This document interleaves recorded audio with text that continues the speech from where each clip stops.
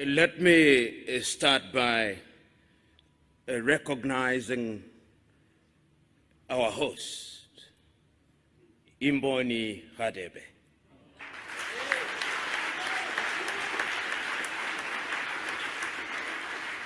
Let me also recognize that we are assembled here on the occasion of the 6th Memorial Lecture of Slabat Steve Mbiza.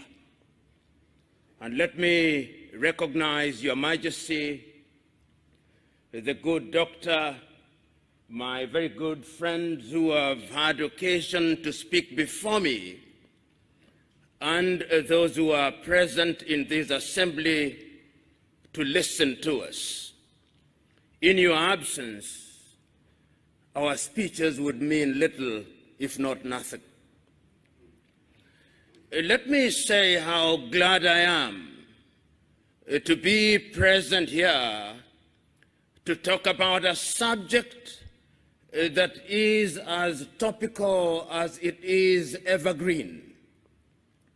The topic of decolonization of African culture to include Africa's religion and Africa's economy. I remember so very distinctly several years ago when a young African stood up on the 6th day of March in 1957, on the occasion when his country regained independence, a country then known as Gold Coast, which was then renamed Ghana.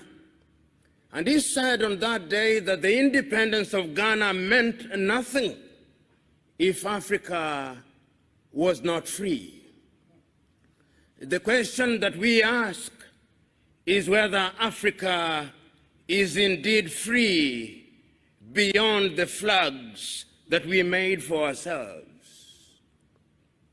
1 year later, that young man stood up again in Accra, Ghana, in the presence of the freedom fighters of the African countries which were still under the colonial yoke, and reminded his audience that Africans had to free themselves.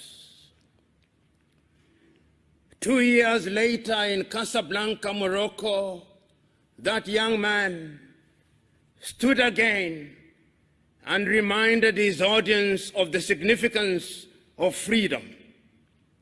3 years later, on the 24th day of May, in 1963, that young man stood again in the presence of 32 heads of states and governments of African countries that had regained their independence. On that day, he reminded his audience that their independence newly acquired would mean nothing if they were not united, that their independence would mean nothing if they did not decolonize their minds, that their independence would mean nothing if they did not act with a sense of urgency to liberate Africa.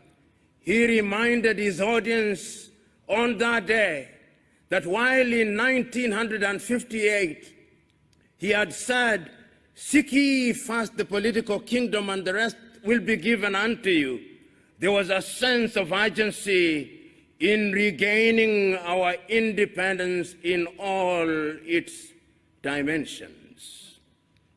His audience listened to him not.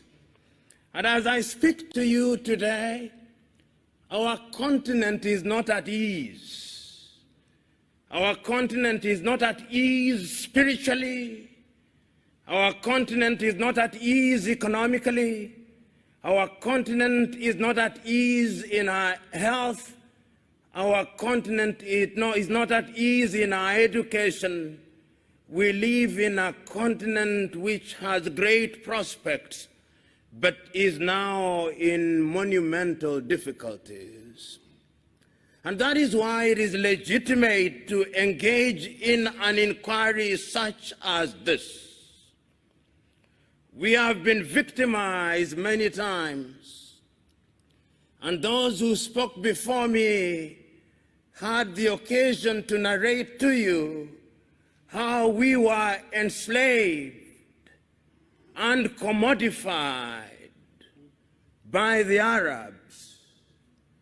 The Arab colonization project was a project not only of Islamization, but also a project of Arabization. And when the Arabs were done with us, the European tribes came. If it was not the Portuguese, it was the Dutch. If it was not the Dutch, it was the Italians. If it was not the Italians, it was the French. If it was not the French, it was the Germans. If it was not the Germans, it was the English. We were victimized. That is our history.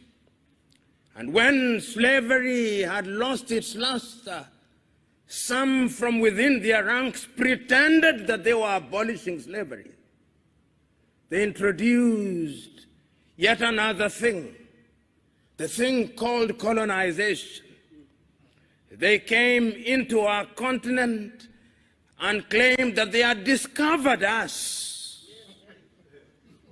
They came, and while we were here, they discovered the Cape of Good Hope. They discovered us, they claimed. While we were here, they came and pretended to discover all lakes and all rivers. That is how they came. While we were here, they came and pretended that we had no history.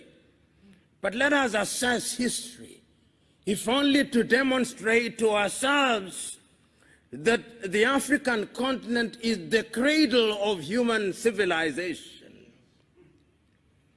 You know, when Europeans were still living in caves, the Dogon in Mali had already recognized the stars. When the Europeans were still eating raw meat, the Africans had discovered fire. The Africans were the pioneers.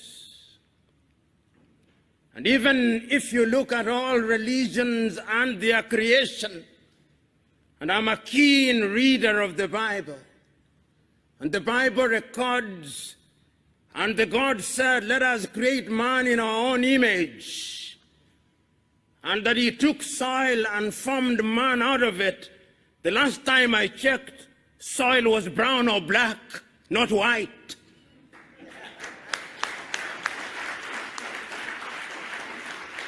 And I can confirm that I checked this morning.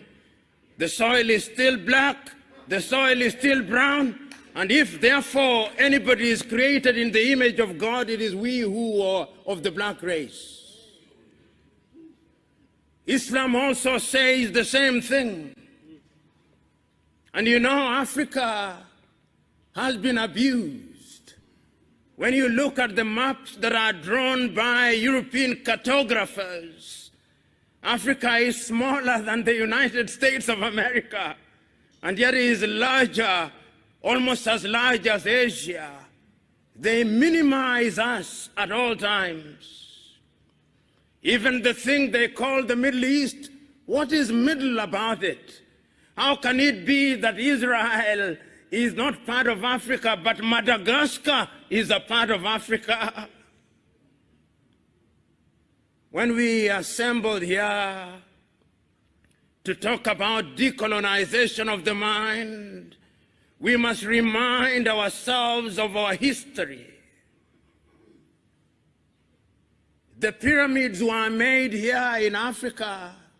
It still defies architecture and engineering. It's the Africans who made them. The walls of Benin, which are 4 times longer than the Chinese Great Wall, were here in Africa. The temples of Lalibela, which were dug out in Ethiopia out of the soil, were made here in Africa. The great walls of Monomatapa in Zimbabwe were made here in Africa. And when you go to the warriors of the world, the Monis or the Amazons of Dahomey were found in present-day Benin. King Zinga of the Mbanda, of the Batamba, was here in Angola. Africa is the cradle of human civilization. You know, as a young man, I read Ghana's Jody Graft's play, Muntu, in which he says in part, some things we know and some things we do not know. But this one we know, that Odoman Koma created the world, and that Odoman Koma is God, and that God is neither Christian nor Muslim nor all these things, because God is a spirit. And if he is a spirit, he cannot be all those things. Your own Desmond Mpilo Tutu writes in a book, God is not a Christian. And he is not. Even for those of us who are of the Christian faith, Christ was not a Christian. Christianity is a post-Christ religion. And you can see that God has been appropriated by civilization, and over the years they have been whitening God. When God was in the Middle East, even Christ was in the Middle East, he was not as white as he is now presented to us. They took Christ to the Greeks. They made him white, and they made him speak Greek. When they were tired with him, they took him to Rome, and they made him speak Latin. And when they had tired with it, they created a religion that they called the Roman Catholic Church. God was not a Catholic and is not a Catholic. When they were tired with him, they took him to England to allow King Henry VIII to marry, and they named the Church of England, and made the Queen and the monarch the head of that church. God is not an Anglican. And when they were tired, they took him to Scotland, and they made him a Presbyterian. And when they were tired, they made God a Methodist. And when they were tired, they took him to Germany, and they made him a Lutheran. And when they were tired, they went to the United States, and they made him an Episcopalian. God is not all those things. The God that I worship is worshipped in truth and in spirit. And let me tell you, throughout the ages, ask yourself a few fundamental questions.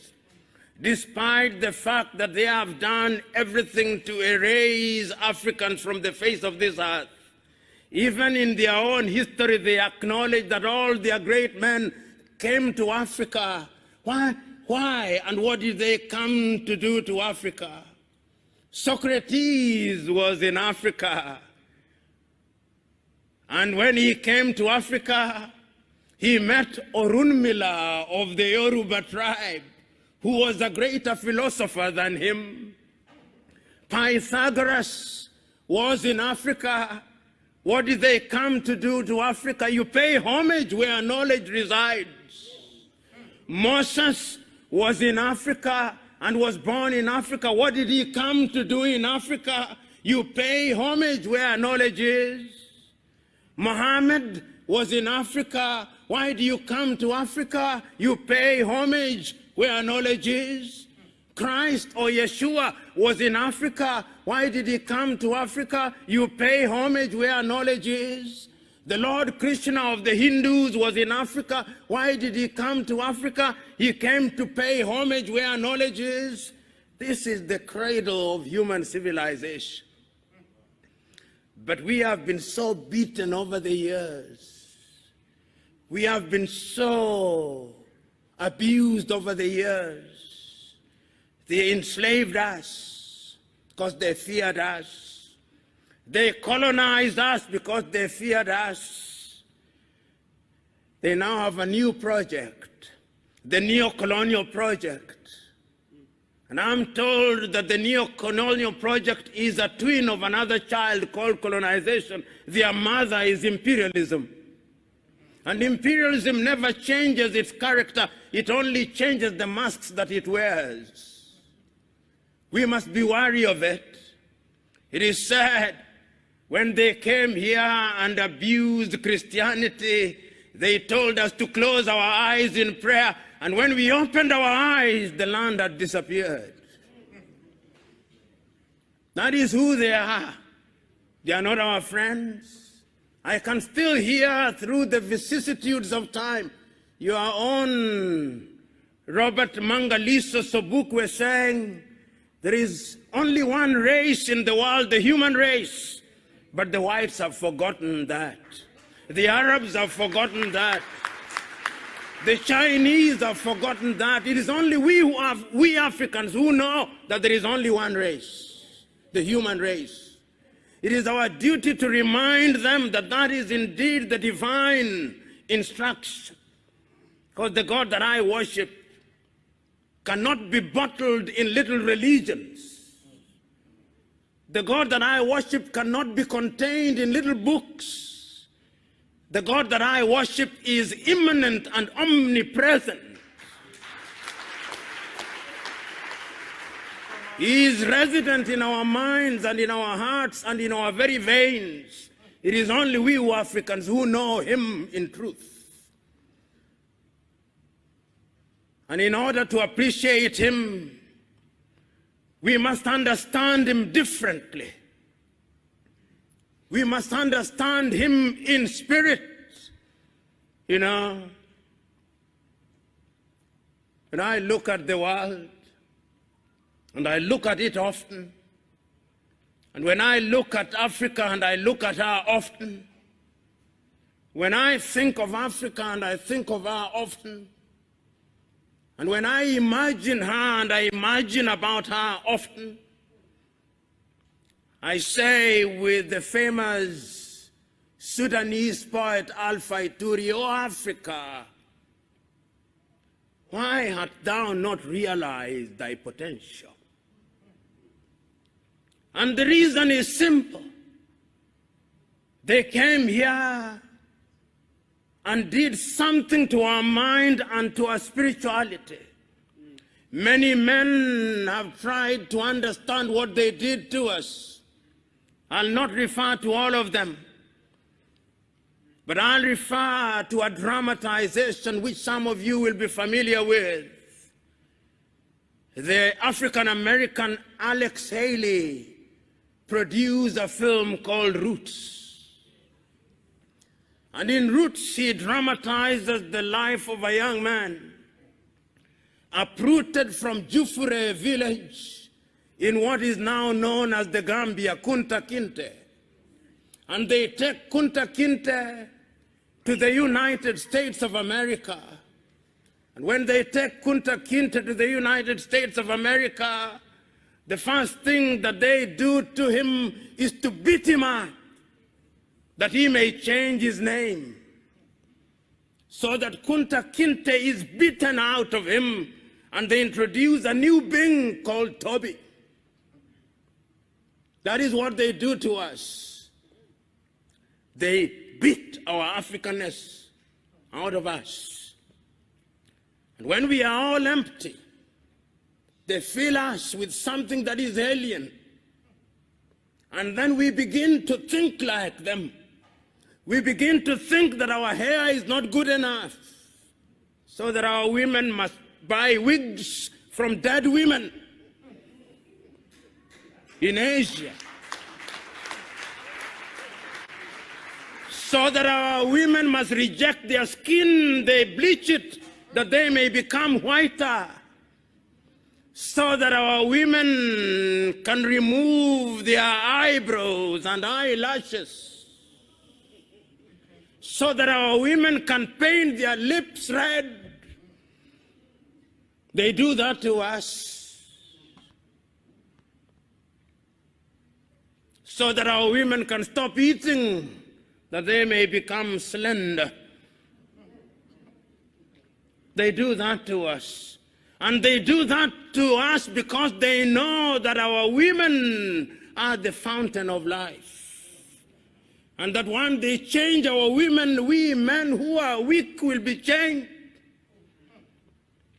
We must stop that.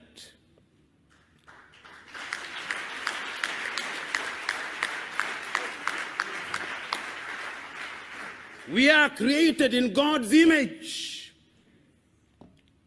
You know, John Garang Dimabior in Sudan once asked the Arabs, why do you want to Arabize us? Why do you want to Islamize us? This God who created us, Nuer, Dinka, Zulu, Kosa, Herero, Nama, Ovambo, Ovimbundu, Igbo, Luo, Agekoyo, Dogon, Wolof, Yoruba, Fulani, Fulfude. Was he stupid? If he is all wise, is he not a God of diversity who wants to be celebrated in different and diverse ways?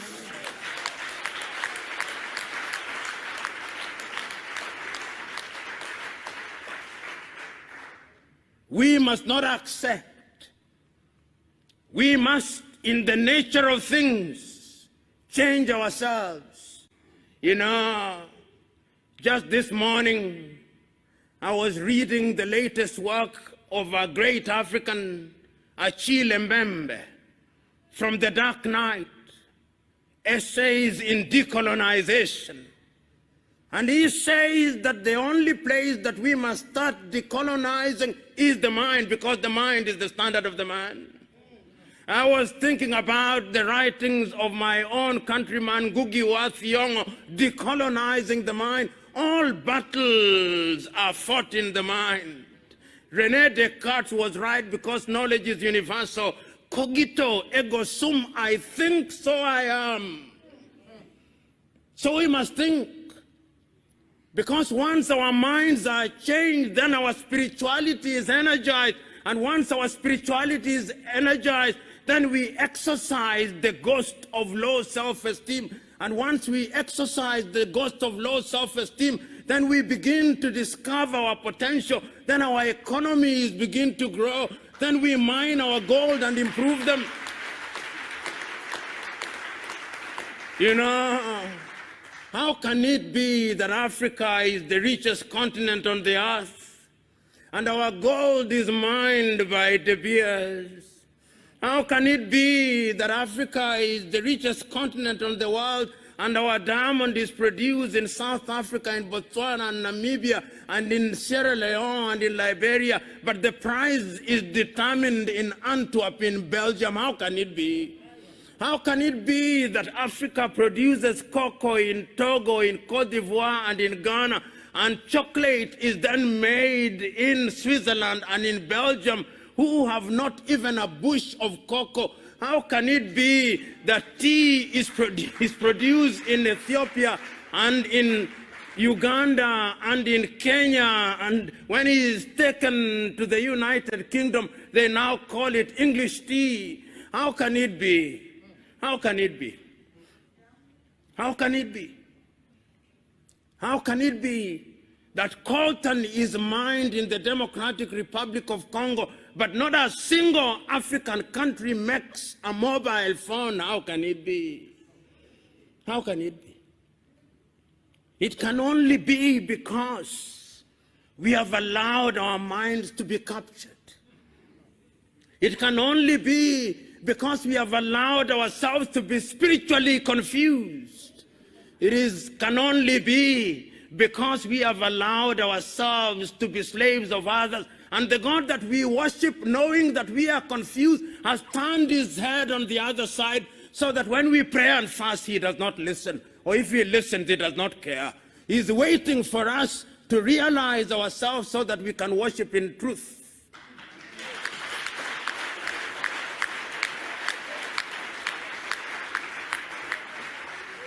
And you know, this is intergenerational. The pains that are being visited upon this generation out of the sins that were committed by the other generation. It is a time to repent, so that we who have transgressed may say that we have repented, because the future now does not lie in us. The future lies in the young ones. Chinua Achebe was right. These are the young suckers that will grow when the old banana dies. These are the very same upon whose shoulder Africa shall rise. Your duty and my duty is to plant the tree in the knowledge that one generation plants a tree, another generation waters the tree, another generation prunes the tree, another generation enjoys its shade. That is our duty. So this morning, we are not here to say new things. We are only here to remind ourselves that in the beginning there was God, and that God created man, and that man, I suspect, was an African, and that man could not have been anything else but an African. Why I suspect so? Because all creation says that man came from the earth, and as I said, the earth is either black or brown. So in the beginning there was an African, and in the beginning there was a spirit into which that mold was made alive, and that spirit was God. And I suspect that God gave us intelligence, and I suspect that God created Africa where it is in the very middle, because the very middle, the very center is the fulcrum, and that is why I suspect Africa is where it is, enjoying not too much cold, enjoying not too much sun. It is in the middle. It is indeed life measures as it should be measured. And that is why I suspect in his divine wisdom he put all the minerals in Africa. If it is not gold, it is coltan. If it is not coltan, it is iron ore. If it is not iron ore, it is copper. And he does not stop there. When he was distributing rivers and lakes, he ensured that Africa had the best of lakes, the best of rivers, and he did not stop there. He ensured that we are surrounded with the best of oceans. If it is not the Atlantic, it is the Indian, which should be called the African. I do not know why they call it the Indian Ocean, but that is their conspiracy. Then there is the Mediterranean. They also call it another name, and he did not stop there. Once he had done that, he ensured that this is a continent that has men and women who are so forgiving, so generous. This is the only continent that has welcomed all civilizations. We started with the Arabs. They abused us. Then came the Portuguese. We welcomed them. They abused us. Then the Dutch came. We welcomed them. They abused us. Then the Italians came. We welcomed them. They abused us. Then the Germans came, we welcomed them, they abused us. Then the French came, we welcomed them, they abused us. Then the English came, we welcomed them and they abused us. Then the Indians came, we welcomed them and they abused us. Then the Lebanese came, we welcomed them, they abused us. Now the Chinese are coming, we are welcoming them and they are abusing us. We must stop this. And we can only stop this through self-realization. And that is why when I conclude, I must conclude by making reference to a great African, Ante Cheikh Diop of Senegal, who, writing in his book, The African Origin of Humankind, Myth or Reality, says, this is a problem that can only be solved through aggression. And I'm telling us, this is the time now for Africa to rise.